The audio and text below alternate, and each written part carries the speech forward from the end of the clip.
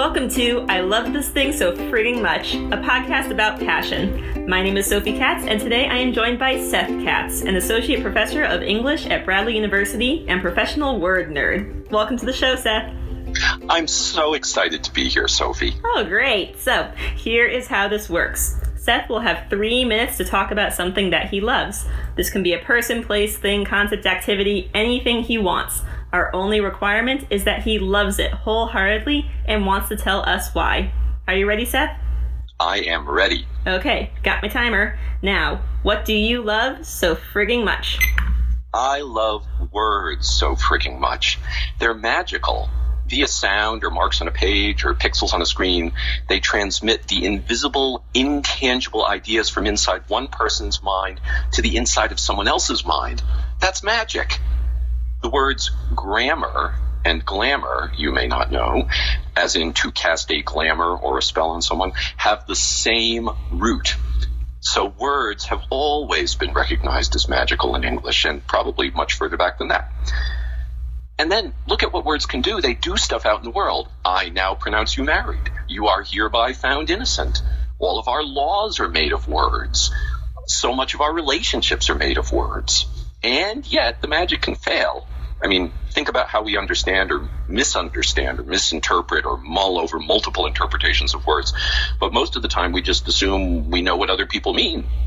You know, what's in their heads must be what's in our heads. So we get by assuming that good enough interpretations are true. I wish that there were more things that we were that tolerant about because words are slippery and yet we assume they aren't.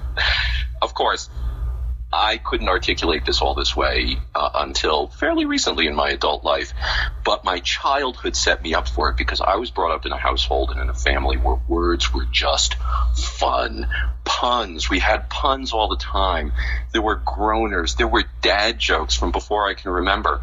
I was brought up on a steady diet of the Marx Brothers and Abbott and Costello. My favorite routine is the Who's on First routine, where the baseball players are all named with pronouns.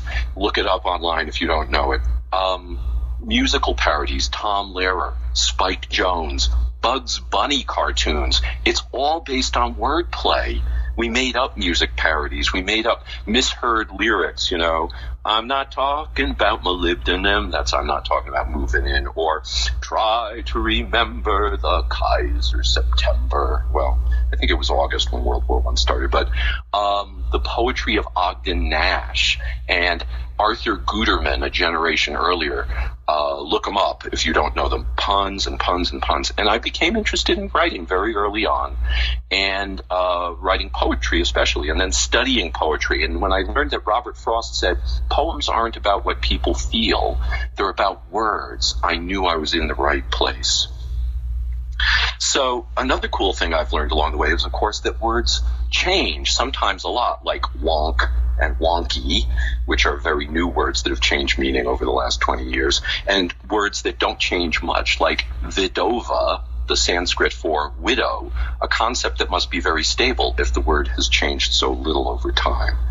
And so you can see that I got interested in individual words. I wrote my doctoral dissertation. Go ahead and finish your thought.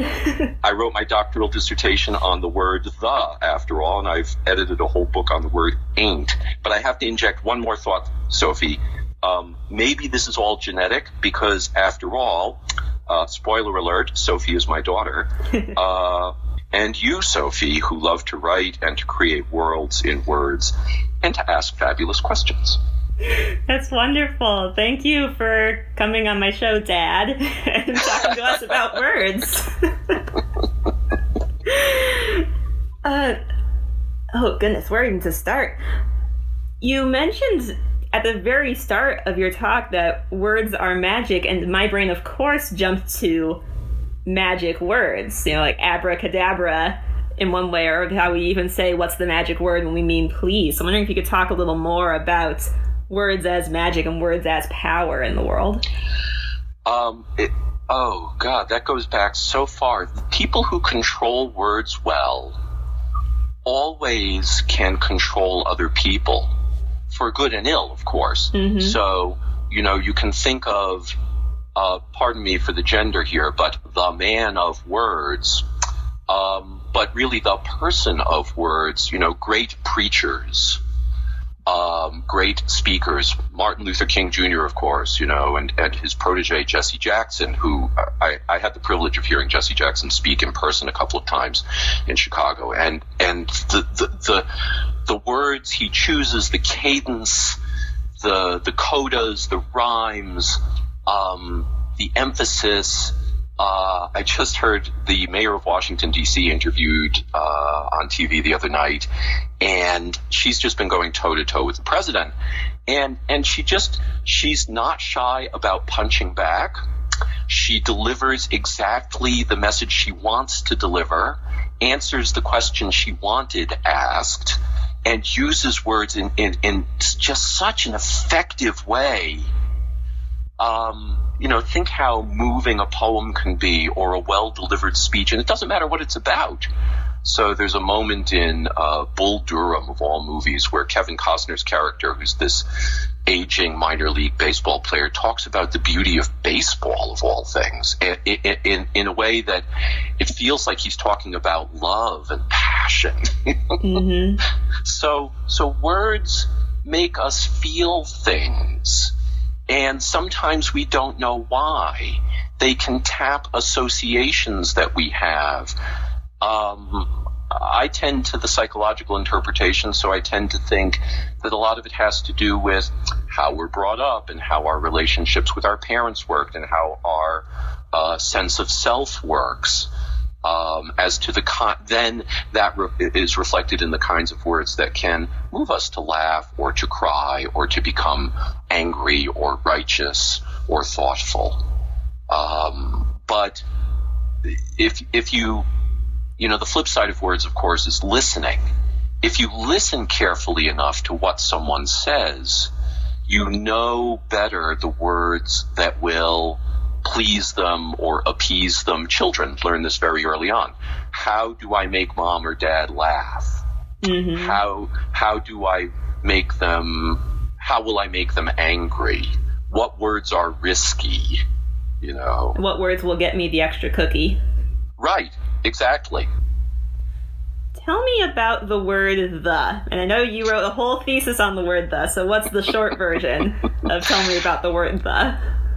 So there's two ways to come at that. One is what my dissertation is about, and one is what the use or value of the word the is. Which one do you want? Talk about the thesis, because I'm sure that's just an interesting thing that you wrote your whole thesis on a 3-letter word. So it's the most common word in the language, and it does a lot of work. So the point of the thesis is that in a conversation, you have to generally introduce a new topic with an indefinite reference. I left a book at home. Then you can refer to that same topic with a definite reference. The book that I left home is called Moby Dick. So that's conversation. In a prose narrative, you could start with a definite reference. The book lay on the table in the afternoon sunshine. But the expectation of the reader is that this is a suspense device, and that later on there will be some subsequent explanation of the initial definite reference, that the book will become somehow important to the plot, and we'll find out what it is. A poem can start with a definite reference. The book lay on the table in the afternoon sunshine, and that reference may never be explicitly explained in the poem. And then my question is, why is that, and how did it come about? And that's what my dissertation was about. And that's how you became a professional word nerd. That's a big part of it. To bring in lighter notes, you mentioned a love of puns and immersion in puns growing up. So besides the Who's on First routine, I want to give some favorite puns. Oh my goodness. That is a spot you have put me on, which I cannot easily get out of. They just happen, like that game where you say, what's molybdenum? Molybdenum was the woman at the Battle of Monmouth who helped win the battle by bringing water to the soldiers and then by manning one of the cannons that helped win the battle. No, that's Molly Pitcher. no, Molly Pitcher played for the New York Mets in 1973. No, and you go on from there. Mm-hmm. So that's a familiar game. We were just playing that game the other day, I think. Yeah.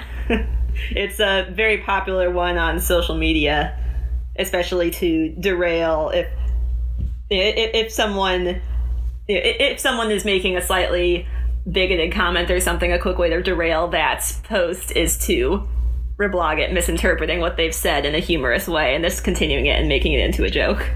Which brings us back to the power of words. Words have this marvelous power to diffuse, mm-hmm. or to redirect, or to they're great squirrels, you know. Absolutely.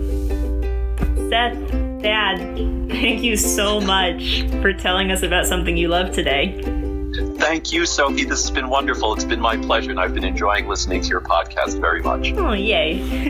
And thank you, our listeners, for tuning in today. Don't forget to use the hashtag #LoveThisThingCast to tell us about the things you love. I Love This Thing So Frigging Much is a production of Through the Window Media. This episode was directed by Sophie A. Katz and edited by Melissa Block. You can find us at Through the Window on Twitter, Facebook, Instagram, or Tumblr. That is THROU the Window at all those social media sites. Be good to yourself, be kind to each other, and you'll hear from us again soon.